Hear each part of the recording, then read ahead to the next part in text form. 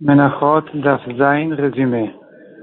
On a vu dans la Mishnah qu'un pasoul qui a fait la kmitza selon Ben Betera, il peut remettre le kometz dans le premier cli de la farine et refaire la kmitza correctement. La question se pose au moment où il remet le kometz dans le premier cli, il n'a pas fait marche arrière. Au contraire, il a fait en réalité le kiddush kometz, c'est-à-dire le kometz est valable, la kmitza est valable, et le kometz maintenant il est mitkadesh, il se sanctifie dans ce nouveau kli charet, dans ce kli charet, qui peut être aussi le premier cli, le cli initial, et c'est en fait la finale de la kmitza qui est de sanctifier le kometz.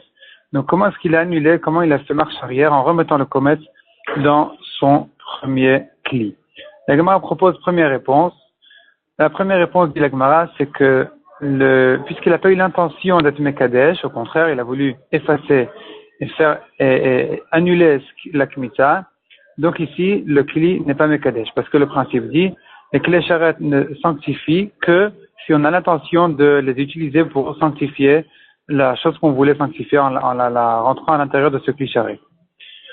Deuxième réponse que dit la Gemara, il a une possibilité de effectivement remettre le kometz de la manière suivante.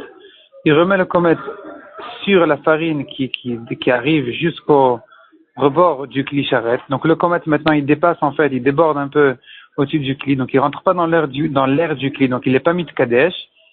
Et puis ensuite il secoue un peu le kli de manière à ce que ça s'égalise, que tout rentre à l'intérieur du kli.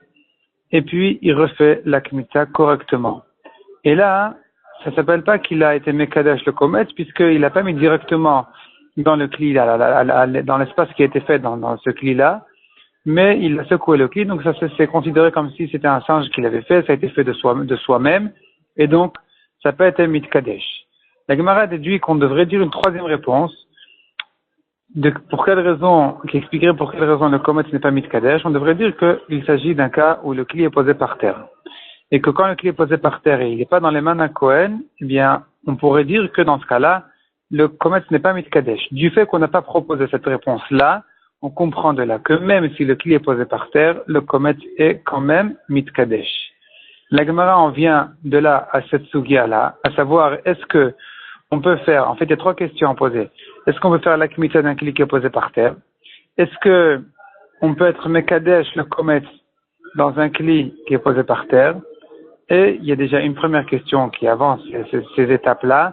Est-ce qu'on peut être mekadesh toute la mincha, la totalité de la mincha, donc la totalité de la farine avant même la kmitza dans un kli charet qui est posé par terre? Puisque comme on l'a dit, il y a trois étapes. Premièrement, on met toute la farine dans un kli charet. Deuxièmement, on fait la kmitza. Troisièmement, on pose le kometz dans un deuxième kli charet pour le sanctifier. Donc les questions se posent, est-ce qu'on peut le faire lorsque le kli charet est posé par terre? Et donc dès là déjà on a voulu déduire, du fait qu'on n'a pas proposé cette réponse-là, on a compris de là que ça n'aurait pas résolu le problème, ça aurait été mitkadesh même si c'est posé par terre.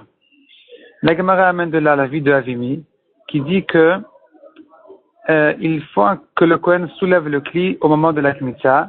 Il faut donc qu'il y ait un deuxième Kohen qui soulève le kli au moment de la kmitza, et on ne peut pas faire la kmitza ni être mekadesh le kometz au moment où le kli est posé par terre.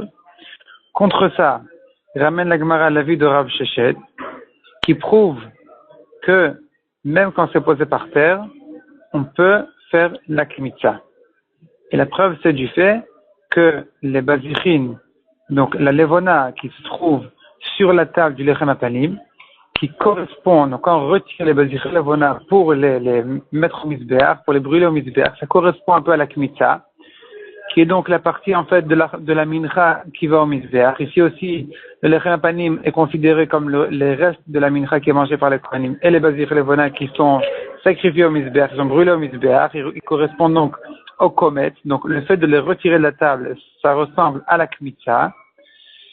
Et or la table elle est posée par terre. Donc on voit qu'on peut faire la kmitza d'un kli qui est posé par terre, puisque la table c'est le kli charet ici, et il est posé par terre. Donc de là on comprend qu'on peut faire la kmitza même d'un kli qui est posé par terre. De même, on peut être mekadesh la totalité de la mincha sur un kli qui est posé par terre, puisque ici aussi on voit qu'on pouvait mettre les lechem apanim et les bazich levona sur la table alors qu'elle est posée par terre. Donc, cette totalité de la mincha, qui est en fait composée de ces deux choses-là, du lechem apanim et de la levona, elle se fait Donc le kiddush de cette mincha-là se fait au moment où la table est posée par terre. Il n'y a pas besoin de soulever la table pour poser sur elle le lechem apanim et les bazich et les vona. Donc, le kiddush de la mincha, on peut sanctifier la totalité de la mincha, qui est la première, qui correspond à la première étape qu'on a vue, au moment où le kli est posé par terre.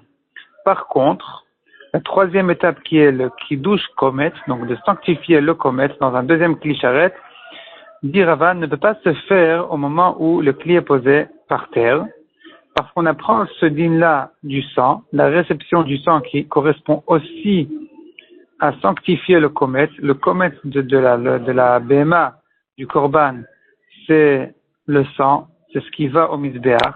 Donc le sang correspond au komet le sang du korban est parallèle au komet de la mincha, qui eux deux vont au misbéach. Et puis de la même manière qu'on ne peut pas recevoir le sang dans un kli charet qui est posé par terre, de la même manière on ne peut pas recevoir le komet dans un kli charet qui est posé par terre. De même, dit la Gemara, il y a une autre halakha commune aussi entre le sang du korban et le komet de la mincha, qui dit que on ne peut pas être mekadesh dans moins de la quantité minimum dans deux kelim, et donc un demi komet dans un kli, un deuxième demi komet dans un autre kli, ou bien la moitié du sang qu'il faut dans un kli et l'autre moitié dans un autre kli. Ça peut pas se faire dans deux kelim différents et ensuite les remettre dans un kli, les mélanger dans un kli.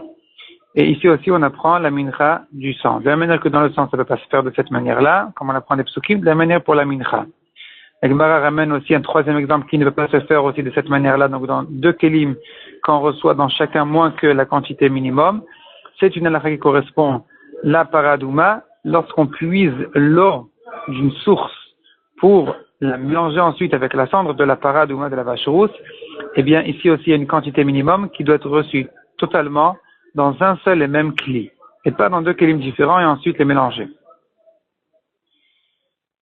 La Gemara en revient de là, donc la Gemara elle ramène une drachot, et finalement on arrive à une dracha qui décrit les azaot du sang.